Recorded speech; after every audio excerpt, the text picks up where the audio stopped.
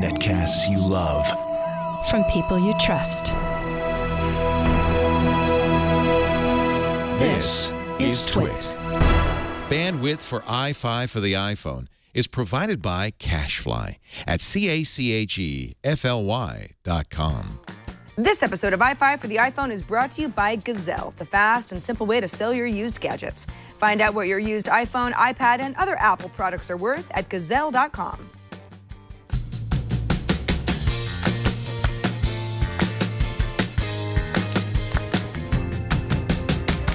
Hello and welcome to iFive for the iPhone, episode 63. Thanks for joining us. This is the show where we scour the App Store and we find tips and tricks and news that you might be interested in that has to do with your iPhone. Today, for the first episode in quite a while, it's 5 apps. Ready? Let's do it. Number 1. So good news from BlackBerry last week. The company finally released its BlackBerry Messenger, or BBM, app for iOS. So basically, if you've used BBM before, you can now use the same service with the same contacts on your iPhone or an Android device. If you've never used BBM before, think of it as a brand new alternative to other messaging apps. BlackBerry's app notes tout it as the app that can chat with friends on the iPhone and other smartphones, it being always on and connected so you don't have to open the app, it knows when messages have been delivered and read, it allows you to share photos and files and documents and voice notes, you can see when contacts are responding to your message, and emoticons for every mood and emotion that let you express yourself. So, it sounds like pretty much every other chat app I already use.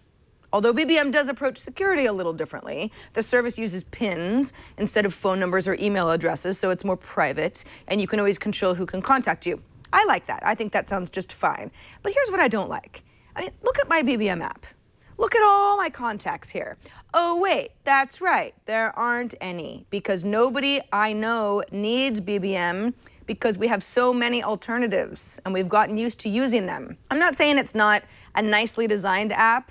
I mean, it's not that great, it's okay, but it's kind of a ghost town. Why wouldn't I just keep using WhatsApp or Facebook Messenger? I see no reason to recommend BBM unless you've already used it for years, if you have a big contact list there and you don't want to lose that, or if the security features appeal to you over other free apps, then hey, go with BBM. I'm just being honest. Number 2, so how often do you get an email from somebody and you kind of know who they are, but you wish you had their resume at your fingertips so you could quickly scan their professional relationship to you and be like, oh yeah, I remember that guy, I met him at that party. If that happens to you often, you might actually really like a new tool from LinkedIn called LinkedIn Intro. It's a profile that you install on top of the native iOS Mail app, it's totally free, that gives emailers context based on their LinkedIn profile. So for example, I installed Intro, and I sent an email to myself as a test using the email I use for LinkedIn. So as a recipient, I see that Sarah Lane works at Twit, got my whole title right there, but then I can expand my little info box and show the entire LinkedIn profile. I can see this coming in handy if you get an email from somebody that you might have met in a work environment, it could be a conference or an event, but you just need a little reminder of how you know them or how you work with them or how you might want to work with them in the future. But I have a couple problems with LinkedIn Intro. So first, I don't really use LinkedIn as the basis for how I know people. Most of the email I get either comes from friends whose LinkedIn presences are unimportant to me because we don't work together and it doesn't matter. The context is nice, but definitely not necessary. The second issue I have is the service assumes that you want to use the native Mail app, which I don't. I use Mailbox. I've talked about Mailbox before. That is my email app of choice. So unless I want to go back to iOS Mail just for LinkedIn Intro, these features are basically lost on me. If I'm missing something really great here, let me know. Otherwise, I think this is a good little free tool for the LinkedIn faithful, whoever you are. Number 3. So every so often, an app that I use 100 times a day gets completely reinvented and my world gets turned upside down, because change is hard.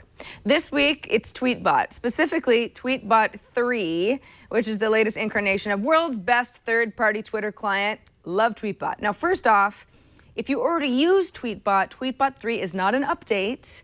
It's an entirely new app that you have to buy again. In fact, it's $3, and then you have to delete your old app so that your phone doesn't get confused. If you've never used Tweetbot before, it's still $3. But for those familiar with how it works, let's look at how the app has changed, because it's changed pretty significantly.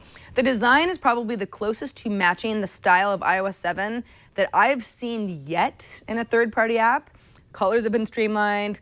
The design has been flattened. Navigation is easier than ever. I especially like how I can customize my bottom dock. So instead of my profile and search in those two right slots, I could choose something like my favorites or retweets, whatever you just find yourself kind of wanting a little hotkey for. Settings haven't changed much, but the look and feel is modernized. I mean, it's really beautiful app. The only thing I'm not totally sold on yet is those rounded profile pics. Somehow they just seem a little strange to me, because when we all chose our photos, we used Twitter's own square template. Maybe I'll get used to them, I don't know. Otherwise, navigation is simple. You tap on a tweet for reply, retweet, favorite, other options. You swipe left to get context on a tweet and see the conversation. And then you can use iCloud to save your spot in your Twitter timeline so that if you open up Tweetbot on another machine, you pick up right where you left off.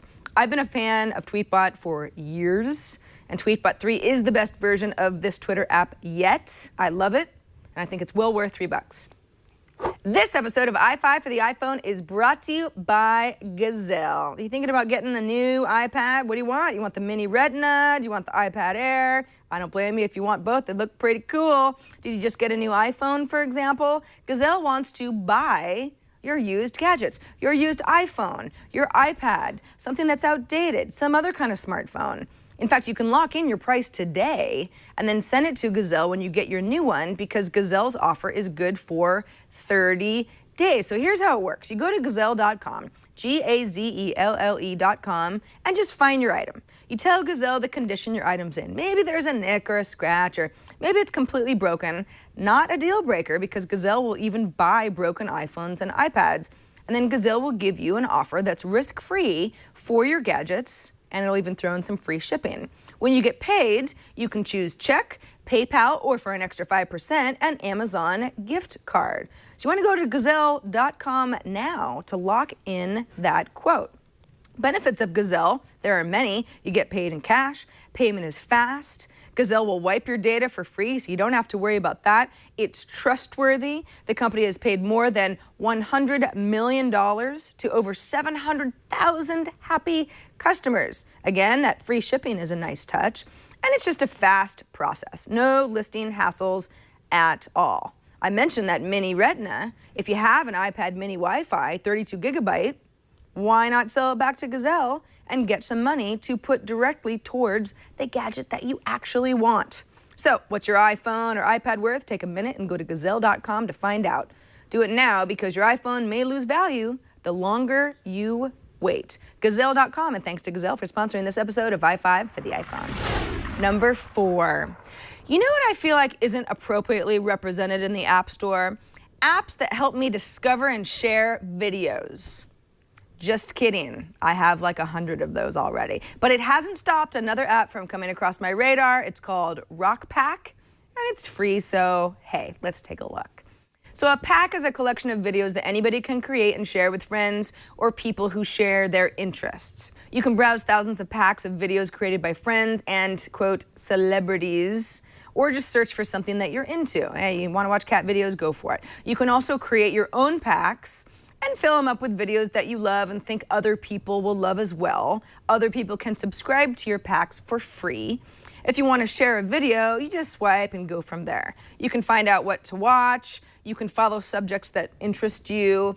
You can organize your favorite videos. You can share those videos with your friends. And of course, since it's an app, you can enjoy music and video when you're on the move. Okay, all sounds fine. Do you need RockPack?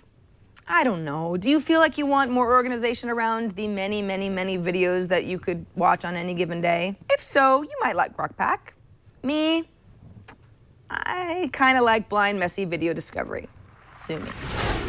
Finally, number 5. So how many books do you read each month? If it's more than like 1, you might really take to a new book subscription service called Oyster. Oyster is a free app, but it connects to a $9.95 per month subscription that obviously you have to pay for. So once you've connected your account, you download the app to get unlimited access to more than 100,000 book titles that are available anytime, anywhere, as long as you open up the app.